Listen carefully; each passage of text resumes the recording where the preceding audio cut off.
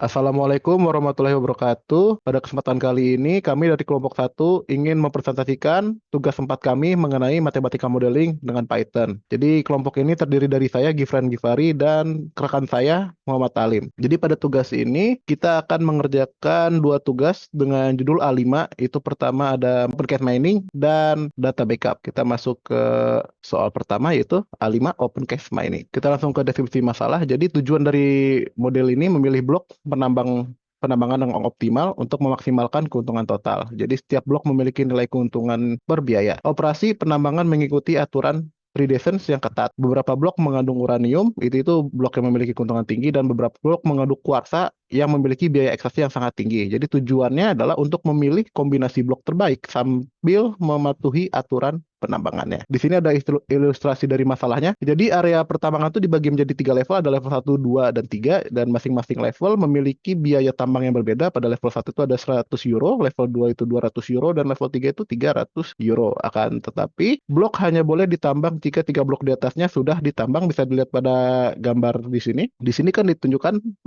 blok 16 itu bisa ditambang jika blok 10, 11, dan 12-nya ditambang. Nah, setelah itu blok selanjutnya juga 2, 3, 4, 5, 6 juga harus ditambang. Jadi seperti itu peraturannya.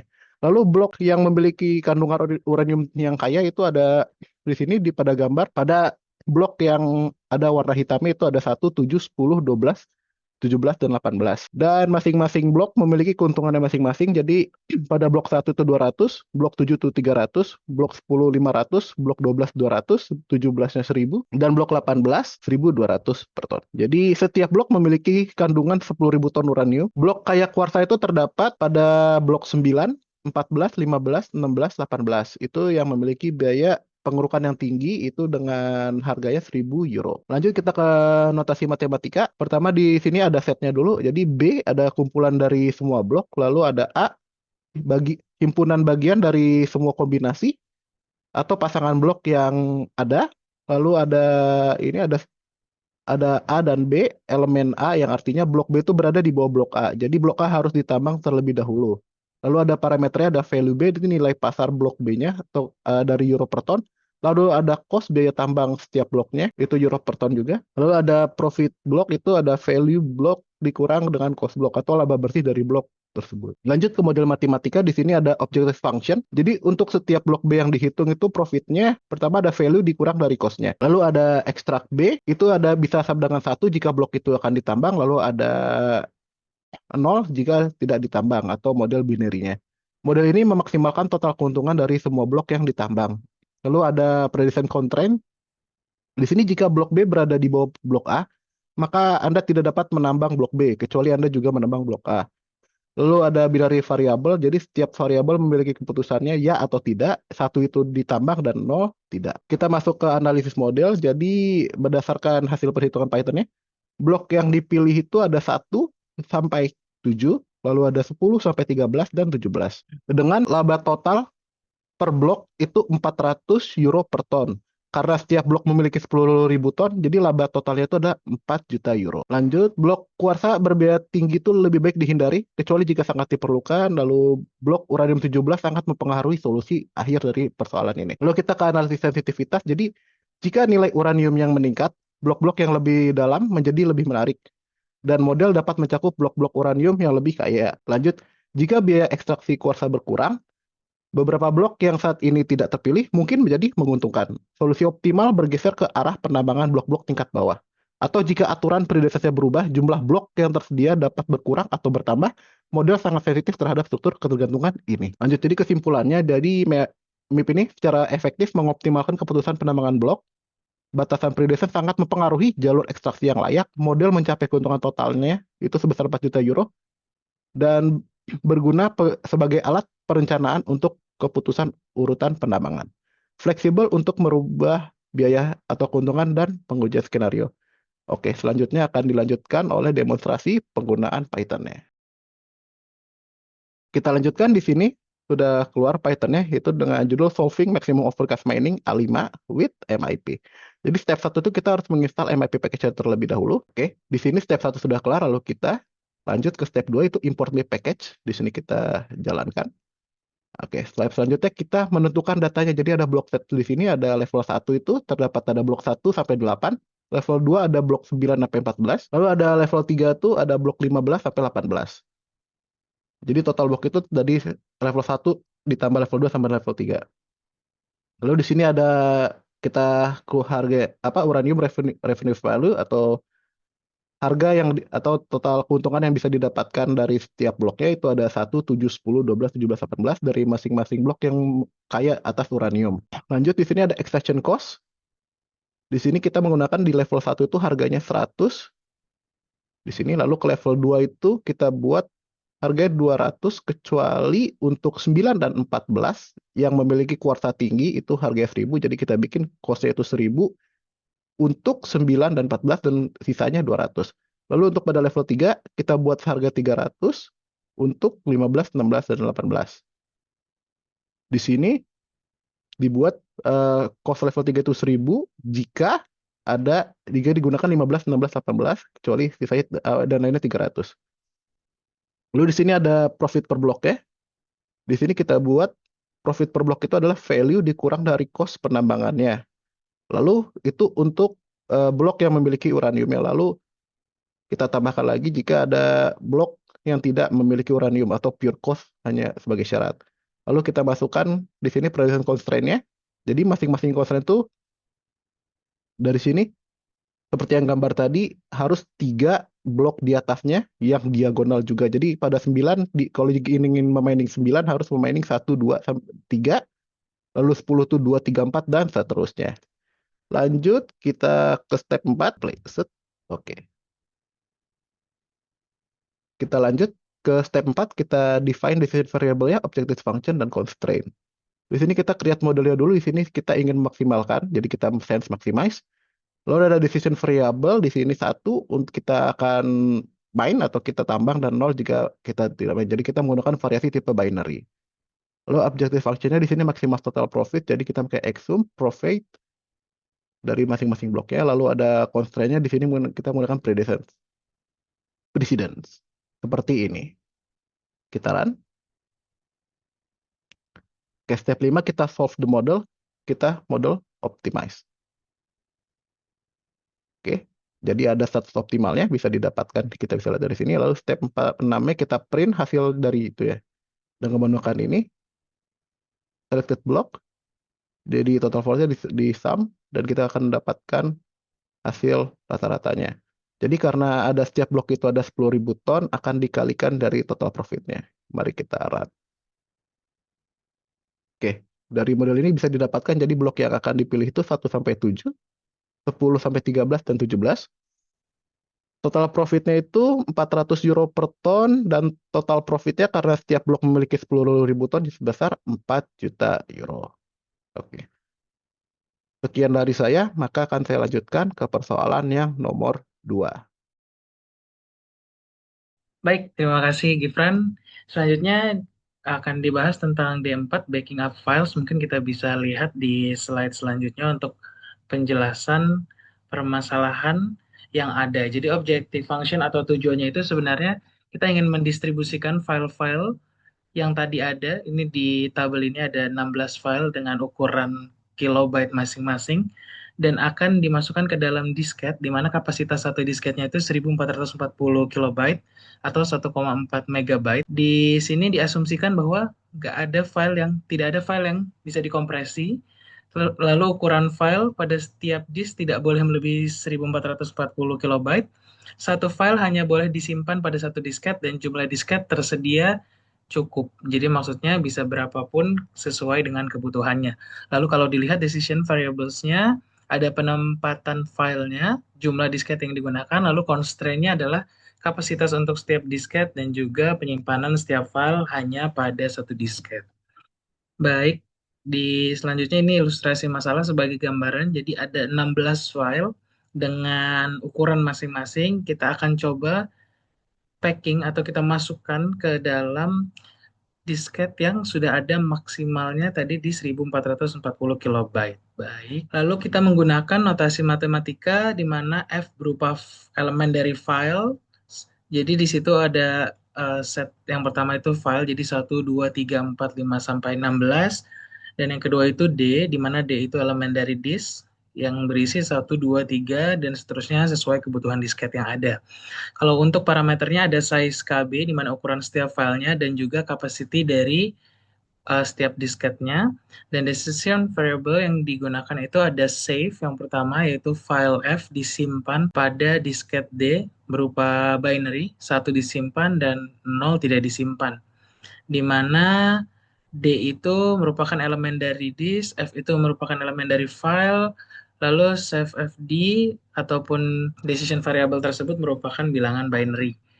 Dan selanjutnya ada disk use, di mana kita akan memasukkan integer sesuai dengan kebutuhan disket yang akan digunakan. Baik, untuk model matematikanya, objective function kita adalah meminimalkan jumlah disket yang digunakan, di mana notasinya berarti minimize sigma dari use disket yang ada, di mana D merupakan elemen dari disk, dan constraint-nya ada total ukuran file harus di bawah 1440 kilobyte, di mana berarti kalau secara notasi, seperti dilihat sigma dari F yang berupa elemen dari files, itu size dikali dengan save harus lebih kecil sama dengan dari capacity dikali dengan use disket. Lalu selanjutnya masing-masing file disimpan hanya di satu disket saja, yang berarti sigma dari D elemen disk atau save dari elemen F dan D itu harus sama dengan satu. Baik, untuk analisis modelnya, jadi di sini dimasukkan decision variable-nya, di mana di sini save itu merupakan variabel yang kita notasikan sebagai variable type binary. Lalu penamaannya juga untuk memudahkan nanti dalam hasil itu dibuat name sama dengan F di situ untuk memasukkan string dan juga variabel ya. F plus 1 dan juga D untuk for D pada this ya, dan juga for F pada range N. Jadi nanti juga akan dijelaskan lebih lengkapnya untuk range N ini apa pada bagian penjelasan dari Python. Lalu kita masuk ke objective function, di mana kali ini kami menggunakan disuse, di mana index of the highest disuse. Disuse ini kita jadikan variabel dan kita masukkan type-nya integer, di mana low-nya itu low boundaries-nya itu 0 dan diberi nama disuse. Lalu kita masukkan model objektifnya sama dengan disuse ya. Jadi di sini di minimize. Nanti untuk lebih lengkapnya ada di bagian Python. Lalu constraint, di sini saya masukkan 3 constraint karena yang di constraint 1 dan 2 yang tadi sudah disampaikan bahwa setiap file harus di dalam satu disket, lalu kapasitasnya harus lebih kecil daripada kapasitas kilobyte yang ada dari setiap disketnya. Dan yang ketiga itu disuse-nya harus lebih besar sama dengan indeks tertinggi. Jadi misalnya disuse-nya harus 3 karena penggunaannya 3. Itu hanya untuk penekanan supaya jangan sampai ada 3 disuse padahal terbacanya hanya 2 indeks yang digunakan. Jadi di situ muncul hasil, di mana hasil tersebut ada 3 disket yang akan digunakan dengan pembagian pada disket 1 ada file 4, file 6, file 11, file 16 yang total dari keseluruhannya adalah 1424 kilobyte atau di sebelah kanannya dengan satuan megabyte. Lalu untuk disk 2 ada file 1, file 8, file 12, file 13, dan file 14. Dan di disk 3 ada file 2, file 3, file 5, 7, 9, 10, dan 15.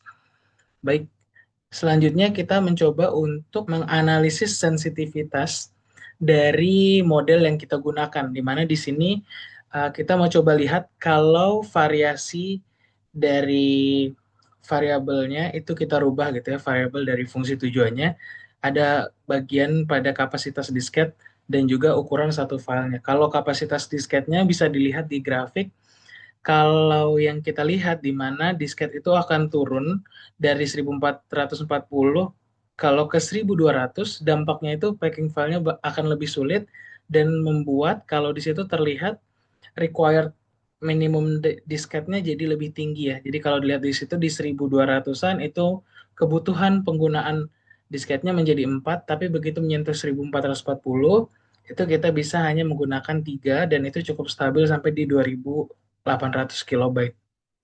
Lalu selanjutnya di sebelah kanan ini variasi ukuran satu filenya, di mana di sini nanti bisa lebih jelas dilihat untuk variasinya bagaimana perhitungannya. Itu nanti akan saya sampaikan di Python, pusat penjelasan Python, tapi di sini intinya ketika file satuannya ada yang lebih dari 851, maka itu bisa memecah kombinasi optimal sehingga harus membutuhkan disket 4 dan itu yang membuat sensitivitas. Tapi kalau dilihat sebenarnya secara garis besar penggunaan model saat ini itu sudah cukup robust di mana ya akan tetap stabil ketika ada sedikit perubahan. Selanjutnya itu kesimpulan model bin packing ini berhasil menentukan distribusi file ke disket secara optimal, lalu jumlah yang dibutuhkan minimum itu ada 3, dan model matematis efektif menangani masalah distribusi kapasitas terbatas. Kalau untuk rekomendasinya, tentu kalau jika ada kapasitas disk yang berubah, model dapat disesuaikan dengan lebih mudah dan menyesuaikan secara otomatis, dan juga tools Python MIP ini sangat fleksibel untuk berbagai masalah packing, scheduling, dan juga allocation. Baik, selanjutnya akan saya jelaskan tentang kode Python-nya. Ini adalah kode untuk solving D4 backing up files dengan MIP. Pertama, kita lakukan install MIP-nya. Secara langsung kita ambil packages dari MIP, di mana kita mencoba mengambil package secara keseluruhan. Oleh karena itu kita pakai bintang. Selanjutnya define data. Kalau di sini data yang saat ini digunakan adalah size dari kilobyte-nya, jadi dari 16 file tersebut dan juga kapasitas dari disketnya. And di sini merupakan jumlah data dari size KB. Lalu kalau di sini dilihat jumlah filenya ada 16 dan kapasitasnya ada 1440 kilobyte. Selanjutnya masuk ke define decision variables, objective function dan juga constraint. Di mana kalau di sini saya mencoba untuk memasukkan upper upper bound dan juga jumlah disket ya. Ini hanya untuk memudahkan dalam perhitungan nanti penggunaannya, di mana di sini langsung dimasukkan nih size dibagi kapasitas untuk upper boundnya, jadi maksimal sudah pasti segini. Lalu masuk ke create model, di mana model sama dengan, nah di sini masukkan fungsi model, digunakan minimize ya, karena kita ingin meminimalkan penggunaan disket. Lalu decision variable yang digunakan ini berupa save, lalu variabelnya berupa binary, lalu juga disuse, ini berupa integer.